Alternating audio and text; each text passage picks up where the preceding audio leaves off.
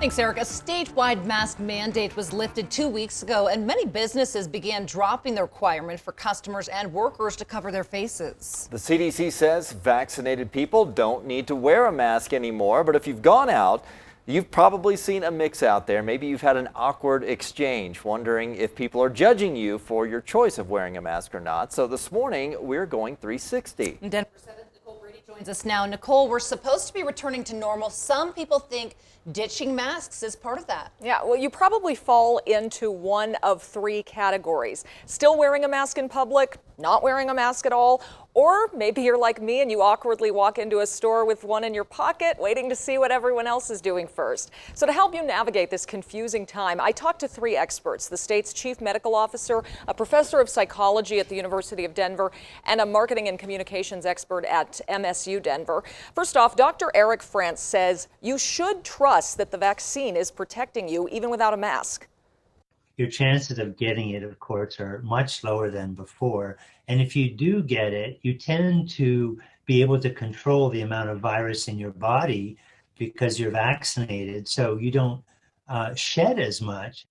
So what that means, he says, is you are not likely to give the virus to unvaccinated people, including your children. However, kids or others who are not vaccinated should wear masks in public.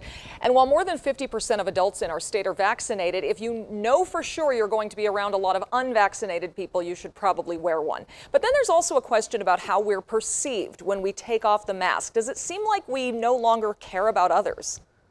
And we're just getting all of these mixed messages on how to go about it effectively. How might people perceive me? How my employer might perceive me if I wear a mask or if I don't wear a mask. APRYL Alexander with University of Denver says the fact is many people will continue to wear masks because they feel more protected and it's become normalized. We don't have that kind of odd reaction when we're seeing people in masks anymore. It's become a natural part of our day-to-day living. But marketing and communications expert Darren Duber-Smith says we have to start feeling comfortable seeing each other's faces again. Nonverbal communication is far more important than verbal communication. Our facial expressions, our body language, these are things we have to be able to read. We haven't been able to do this for over a year. And we dislike each other more. All three feel as more people become vaccinated and case numbers decline, more people will feel comfortable unmasking.